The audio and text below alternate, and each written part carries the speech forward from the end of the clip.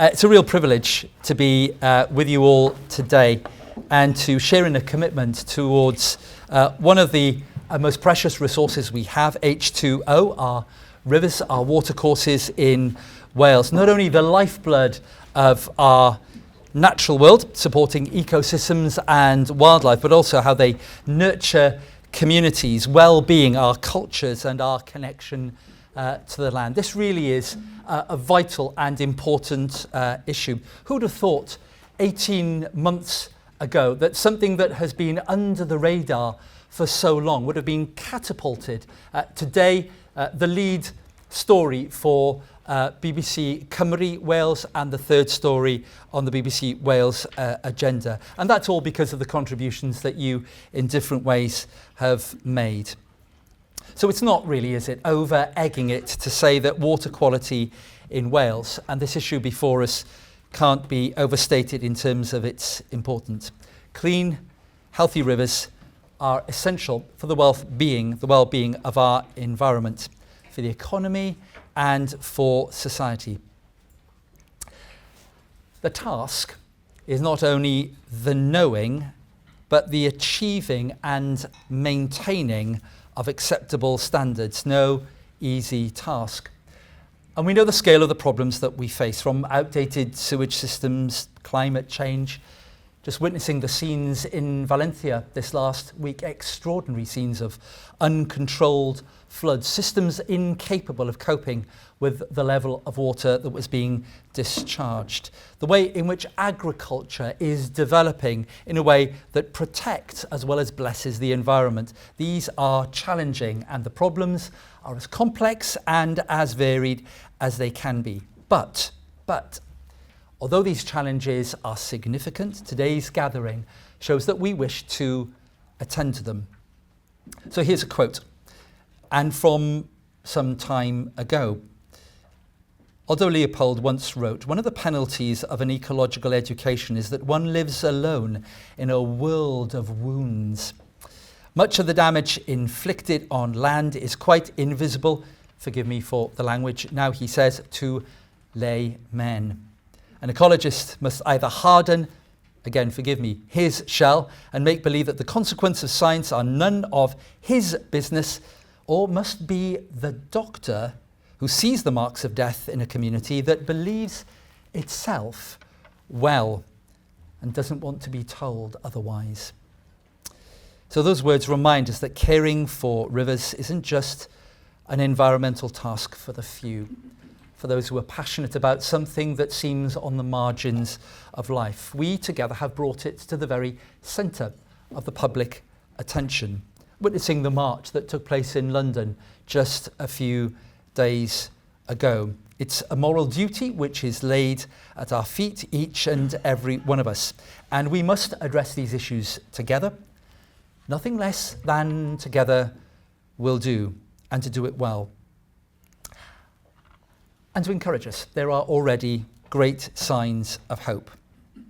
The establishment of a new water commission chaired by Sir John Cunliffe. Evidence that government are taking seriously this issue and not sweeping it under the carpet.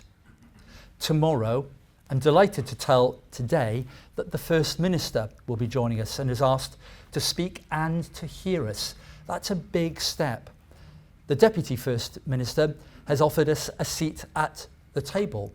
So I'm hoping that the steering committee will respond positively to that and would want to take from this gathering, from this summit, the things that we think really need to be attended to at the level of policy.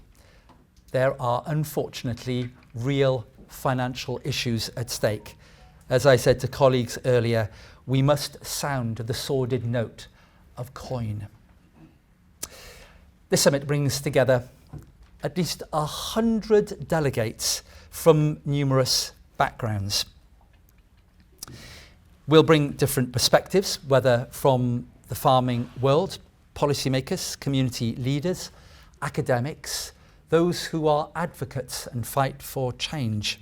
We will discover places where goals naturally overlap and where in our conversations, by that ancient art of negotiating, we'll do new things. And we'll always seek to follow the data. Let's let the science, if not control, at least inform our debate. Now, I know that in itself is not a sentence that is unnuanced. The data is not always a straightforward matter. There are different sciences in the sense that data exists across different kinds of landscapes. But if we establish good directions of travel, see that there are waypoints along the way on which we agree, capture, bank and take them forward, even that will be an enormous achievement. And where we don't agree, we have to pledge to keep working and to keep talking. Now, you'll all be delighted that I'm not going to talk to you about God very much, and the doors aren't locked.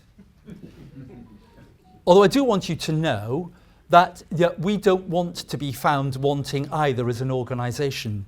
So just to let you know that we're taking in the Church in Wales seriously our part, not just as it were convening this great gathering, but we ourselves will be, after we've finished on Friday, we'll be taking forward our own scheme with that raft of measures that land well in communities, adopting a river, doing a beach clean, that kind of thing. I guess my challenge to all of us is, whoever we represent, is to take something away from the conference, not just the things that we hold together in unity, but things that are new for your own organisation. Together, I do want us to advocate for cleaner, safer water, ensuring future generations won't look back at us and say, why didn't they do something? We can all benefit from these treasures which have shaped our landscape and our lives for millennia. And there is no one better to be doing that than you here gathered today. So let me just say a little word about the way in which our summit will work and the end of day reflections. Each of our sessions will be chaired from here, and you can see there are seats here for our panelists at the front. They'll address you from here, from this microphone.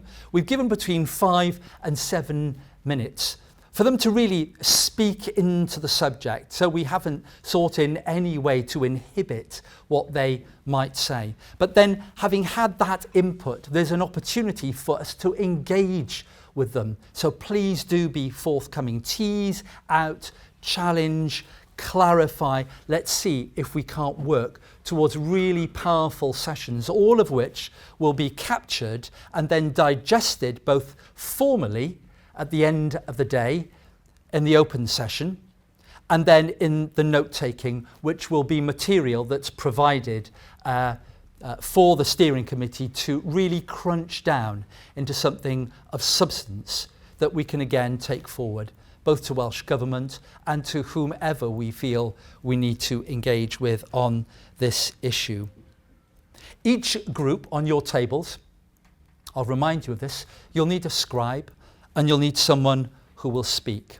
What we're hoping for in terms of the feedback, the engaged at the end of the session, is perhaps just 1 or 2 reflections. Otherwise, what we'll do is we'll end up people saying, I agree with table number 2. And we want more than that. Find something distinctive and relevant that you can say, which will be new and hopefully will be novel. Those are the kind of takeaways that we're looking for. So in case I do run out of time at the end of the summit, or I'm exhausted, or something else dreadful happens, I want to say a word of thanks now. First of all, to all of you for coming.